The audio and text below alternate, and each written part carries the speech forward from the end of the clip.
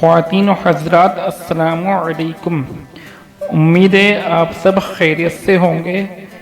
ہمیشہ کی طرح ہم آج آپ کے لیے ایک ایسی دینی معلومات پیش کرنے جا رہے ہیں جس کو جان کر آپ حیران ہو جائیں گے، لیکن اس سے پہلے آپ سے ہمیشہ کی طرح ایک چھوٹی سی گزارش ہے کہ اگر ابھی تک آپ نے ہمارا یوٹیوب چینل سبسکرائب نہیں کیا ہے تو آپ اسے جلد سبسکرائب کر دیجئے، ساتھ ہی بیل آئیکن بھی دبا دیجئے جس سے ہماری ہر آنے والی ویڈیو کی نوٹیفیکیشن آپ تک پہنچتی رہے۔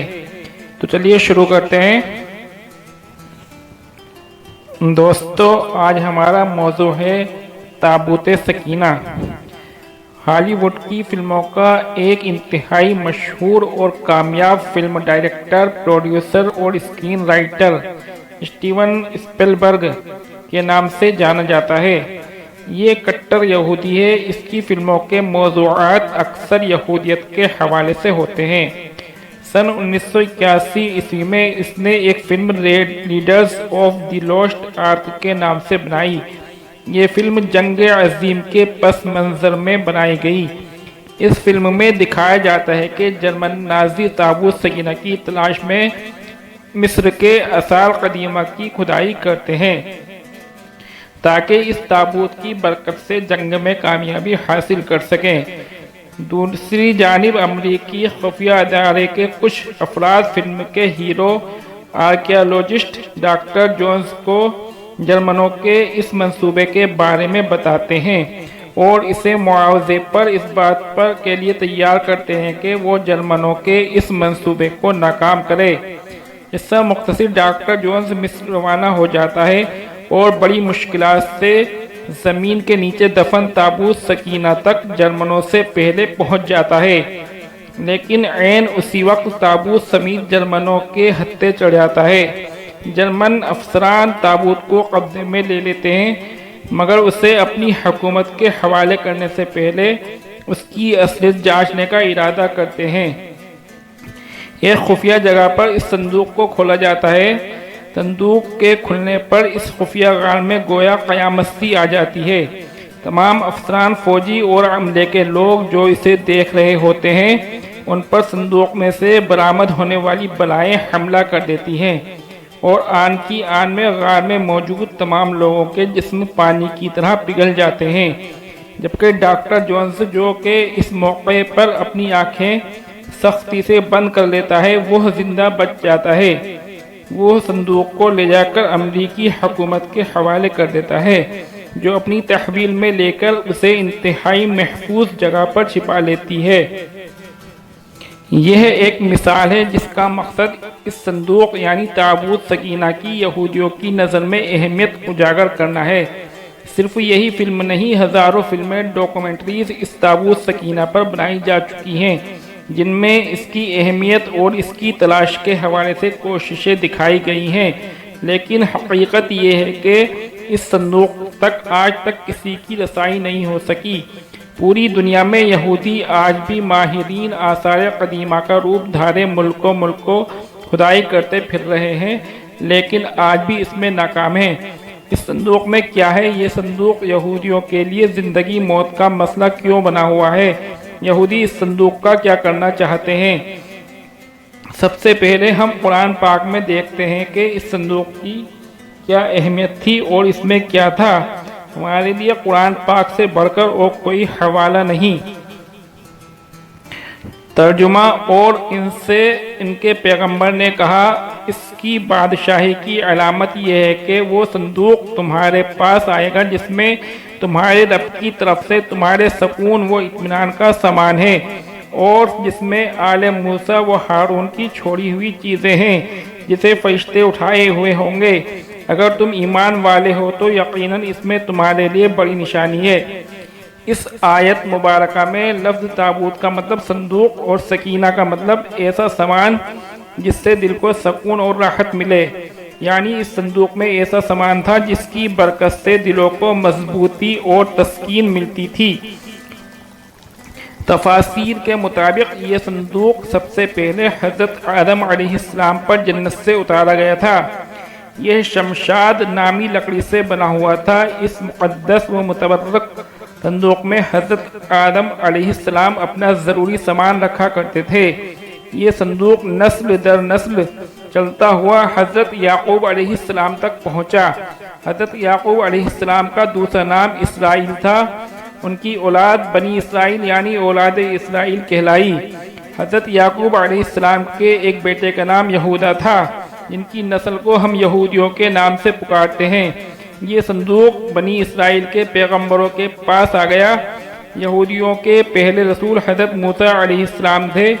یہ صندوق ان کے زیر استعمال رہا۔ اس میں آپ صلی اللہ علیہ السلام اپنا عصا مبارک اور آپ پر نازل ہونے والی تورات کی لوحیں رکھا کرتے تھے، یعنی اس صندوق میں انبیاء کے معجزات کی اشیاء محفوظ ہوتی تھیں۔ حضرت موسیٰ علیہ السلام اور حضرت ہارون علیہ السلام کے دنیا سے رخصت ہونے پر ان کے لباس، عصا مبارک، عمامہ مبارک اور آسمان سے اتارا جانے والا من و سلوہ بھی اس صندوق میں محفوظ کر دیا گیا، اور یہ صندوق قوم کے سرداروں کی تحویل میں چلا گیا۔ یہ معجزات اللہ کی طرف سے ان انبیاء پر اتارے گئے تھے، چنانچہ ان کی برکت سے اس صندوق کو خاص فضیلت حاصل تھی۔ بنی اسرائیل کے لوگ اس صندوق کا بے حد احترام کرتے تھے۔ اس کی وجہ یہ تھی کہ اس صندوق کی برکت سے ان کو بہت زیادہ فوائد حاصل ہوتے تھے۔ کبھی کوئی آسمانی آفت آتی تو یہ اس صندوق کے سامنے بیٹھ کر دعا کرتے تو وہ آفت حیرت انگیز طور پر فوراً ٹل جاتی۔ کبھی زلزلہ، سیلاب، خوفناک آندھی و طوفان آتا تو یہ تابوت سکینہ کے وسیلے سے دعا کر کے اس سے نجات پا لیا کرتے تھے۔ اسی طرح جنگ و جدل کے دوران بڑے سے بڑے لشکر کے ساتھ مقابلہ کرتے وقت صندوق فوج کے آگے لے کر چلتے، جس کی برکت سے ان کے حوصلے بھی بلند ہو جاتے اور دشمن کی افواج پر کم سے کم جانی نقصان کے بدلے غالب آ جاتے۔ خاص موقعوں اور تہواروں پر یہ صندوق کو عزت و احترام سے کندھوں پر اٹھا کر جلوس نکالا کرتے۔ اس مقدس صندوق کی حفاظت کے لیے فوج کا ایک خصوصی محافظ دستہ تعینات ہوتا تھا۔ یہ قوم بہت عجیب و غریب عادات کی مالک تھی۔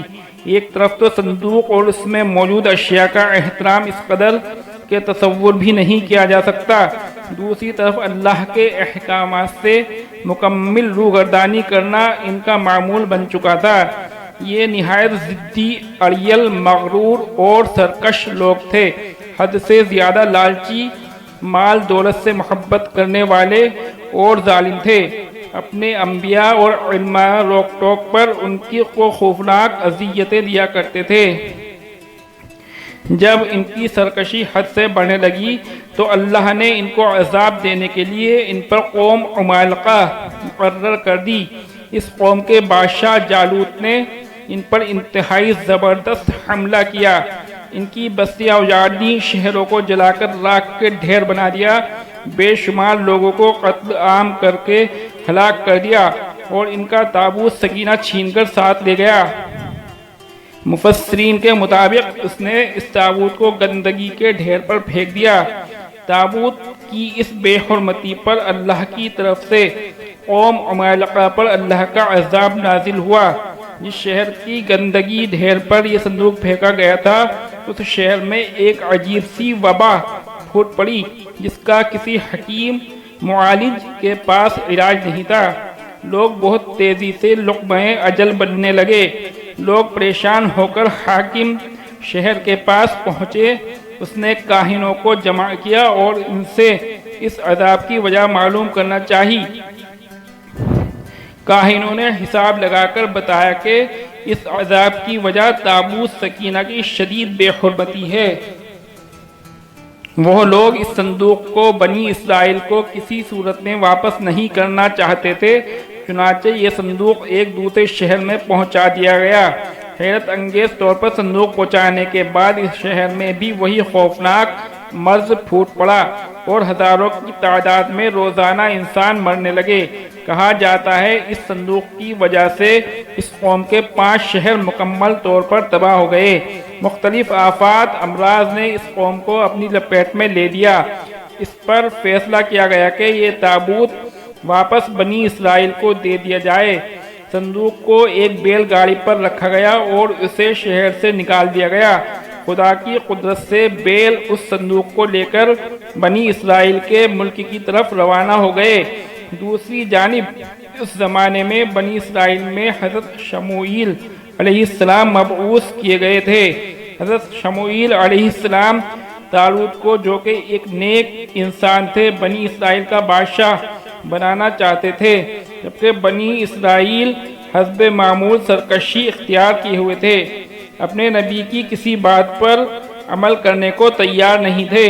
آخر کار قوم کے سرداروں نے جان چھڑانے کی خاطر حضرت شموئیل علیہ السلام سے مطالبہ کیا کہ اگر وہ اللہ کے سچے نبی ہیں اور چاہتے ہیں کہ ان کا حکم مانا جائے تو وہ دعا کریں کہ ان کا قیمتی اور مقدس تابوت سکینہ ان کو واپس مل جائے۔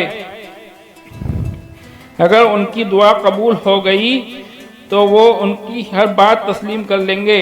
اس پر حضرت شموئیل علیہ السلام نے حکم ربی سے ان کے ساتھ وعدہ کر لیا کہ تابوت سکینہ اگلے روز صبح تک خود بخود ان کے پاس پہنچ جائے گا۔ اس پر سرداران ان کا مذاق اڑانے لگے، کیونکہ وہ قوم عمالقہ کی غضبناکی سے اچھی طرح واقف تھے اور جانتے تھے کہ ان کے قبضے سے اس تابوت کا واپس ملنا ناممکن تھا۔ اگلے روز بیل گاڑی پر لدا ہوا تابوت سکینہ ان تک پہنچ گیا، جس پر حسب وعدہ انہوں نے اپنے نبی کا حکم مان کر طالوت کو اپنا بادشاہ تسلیم کر لیا۔ اوپر والی قرآن پاک کی آیت میں اسی واقعے کا ذکر کیا گیا ہے۔ تابوت سکینہ دوبارہ حاصل ہونے پر اس قوم کے حالات میں ایک بار پھر بہتری آنے لگی، لیکن ان کے اعمال وہی رہے۔ پھر حضرت داؤد علیہ السلام کا دور آیا۔ اس وقت تک یہ قوم خانہ بدوشوں کی زندگی گزارتی تھی اور تابوت سکینہ بھی ایک خیمے میں ہی رکھا جاتا تھا۔ حضرت داؤد علیہ السلام نے ان کے لیے ایک عبادت گاہ تعمیر کرنے کا ارادہ کیا، جسے ان کے بعد ان کے بیٹے حضرت سلیمان علیہ السلام نے بیت المقدس کی مقام پر عظیم الشان عبادت گاہ کی شکل میں پائے تکمیل تک پہنچایا۔ تابوت سکینہ کو خیمے سے نکال کر اس عبادت گاہ میں رکھ دیا گیا۔ اس عبادت گاہ کے تابوت سکینہ والے حصے میں سوائے انبیاء اور سب سے بڑے عالم کے کسی کو جانے کی اجازت نہیں تھی۔ حضرت سلیمان کی وفات کے بعد آپ کی انگوٹھی مبارک بھی اسی تابوت میں محفوظ کر دی گئی۔ جب حضرت زکریا علیہ السلام کا زمانہ آیا تو اسی وقت تک یہ قوم اس قدر گمراہی میں ڈوب چکی تھی کہ اللہ کے پیغمبروں کی تذلیل و تحقیر ان کا معمول بن چکی تھی۔ ان پہ ظلم و تشدد ان کے لیے عام سی بات تھی۔ جب حضرت زکریا علیہ السلام کو زندہ آڑے سے چیرا گیا اور بعد میں ان کے بیٹے حضرت یحییٰ علیہ السلام کو انتہائی بے رحمی سے قتل کیا گیا تو اللہ تعالی نے ان سے سخت ناراض ہو گیا۔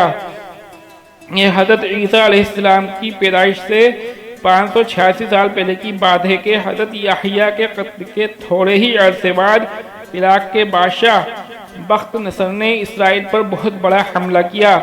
اسرائیل کی اینٹ سے اینٹ بجا دی، لاکھوں یہودی قتل کیے اور لاکھوں کو غلام بنا لیا، بیت المقدس کو مکمل تباہ کر دیا اور اس میں رکھے تابوت سکینہ کو قبضے میں لے کر اپنے ساتھ لے گیا۔ یہ وقت بنی اسرائیل پر تاریخ میں سب سے کڑا تھا۔ بخت نصر نے تابوت سکینہ کا کیا کیا یہ آج تک کسی کو معلوم نہیں ہو سکا۔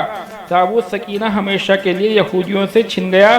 ساتھ ہی یہودی قوم، وہ قوم جو تاریخ کی سب سے بہترین قوم تھی، جسے اللہ کی لاڈلی قوم ہونے کا فخر حاصل تھا، اپنی بدعمالیوں کی وجہ سے ہمیشہ کے لیے اللہ کی بارگاہ میں ملعون ہو گئی، دنیا میں رسوا ہو کر رہ گئی۔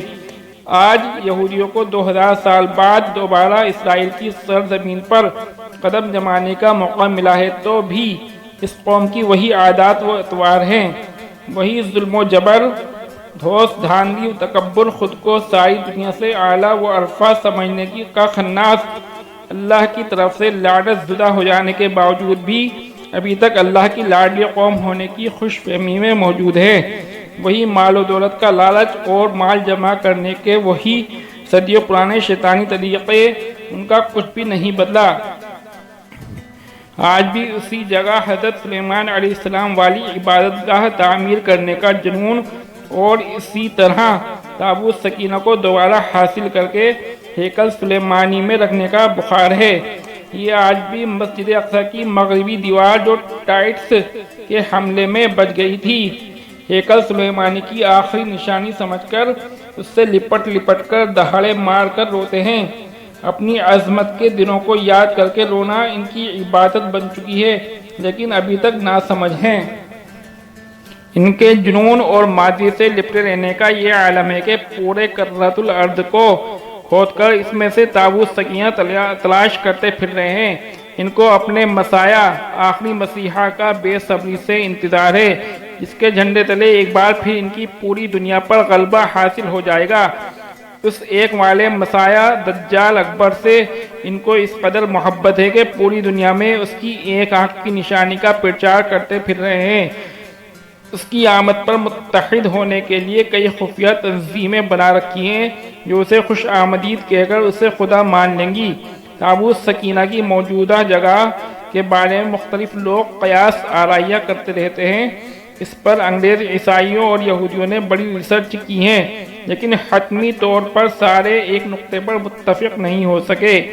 لیکن مجھے جو سب سے قرین قیاس تھیوری لگتی ہے وہ یہ ہے کہ اس وقت یہ صندوق یا تابوت حضرت سلیمان علیہ السلام کے محل میں کہیں دفن ہے، جو فلسطین میں آج بھی گم ہے، جس کو یہودی کافی عرصے سے ڈھونڈنے کی کوشش کر رہے ہیں اور آئے دن وہاں بیت المقدس میں کھدائی کرتے رہتے ہیں۔ اس کے متعلق بہت سے نظریات ہیں، اور میرا خیال ہے کہ یہ تابوت اب بھی حضرت سلیمان علیہ السلام کے محل کے اندر ہی کہیں دفن ہے۔ کچھ کے نزدیک اس کو افریقہ لے جایا گیا۔ ایک مشہور ماہر آثار قدیمہ ران وائٹ کا کہنا ہے کہ یہ مشرق وسطی میں موجود ہے۔ کچھ لوگوں کے مطابق اس کو ڈھونڈنے کی کوشش انگلینڈ کے علاقے میں کرنی چاہیے، جبکہ کچھ اسکالرز کا ماننا ہے کہ یہ تابوت ایتھوپیا کے تاریخی گرجا گھر ایکسم میں پڑا ہوا ہے۔ ایک اور نظریہ ہے کہ یہ بحیرہ مردار کے قریب ایک غار کے اندر کہیں گم ہو چکا ہے۔ ایک نظریہ یہ بھی ہے کہ یہودیوں نے 1981 میں اسے حضرت سلیمان علیہ السلام کے پہلے محل سے کھدائی کے دوران نکال کر کہیں نامعلوم جگہ پر منتقل کر دیا ہے، جبکہ کھدائی کرنے والے یہودیوں کا کہنا تھا کہ وہ اس صندوق کے بالکل قریب پہنچ گئے تھے، لیکن اسرائیلی گورنمنٹ نے مسلمانوں اور عیسائیوں کے پریشر میں آ کر اس کی کھدائی پر پابندی لگا دی تھی، اس لیے انہیں یہ کام نامکمل ہی چھوڑنا پڑا۔ بہرحال کوششیں جاری ہیں، لیکن تاحال انہیں ناکامی کا سامنا ہے، اور حتمی طور پر کچھ نہیں کہا جا سکتا کہ یہ تابوت کہاں ہے۔ تو دوستو، امید ہے کہ آج کی ہماری یہ ویڈیو آپ کو ضرور پسند آئی ہوگی۔ پسندیدگی کا مظاہرہ کرتے ہوئے آپ ہماری ویڈیو کو لائک اور شیئر کرنا نہ بھولیں۔ جزاک اللہ خیر۔ السلام علیکم ورحمۃ اللہ وبرکاتہ۔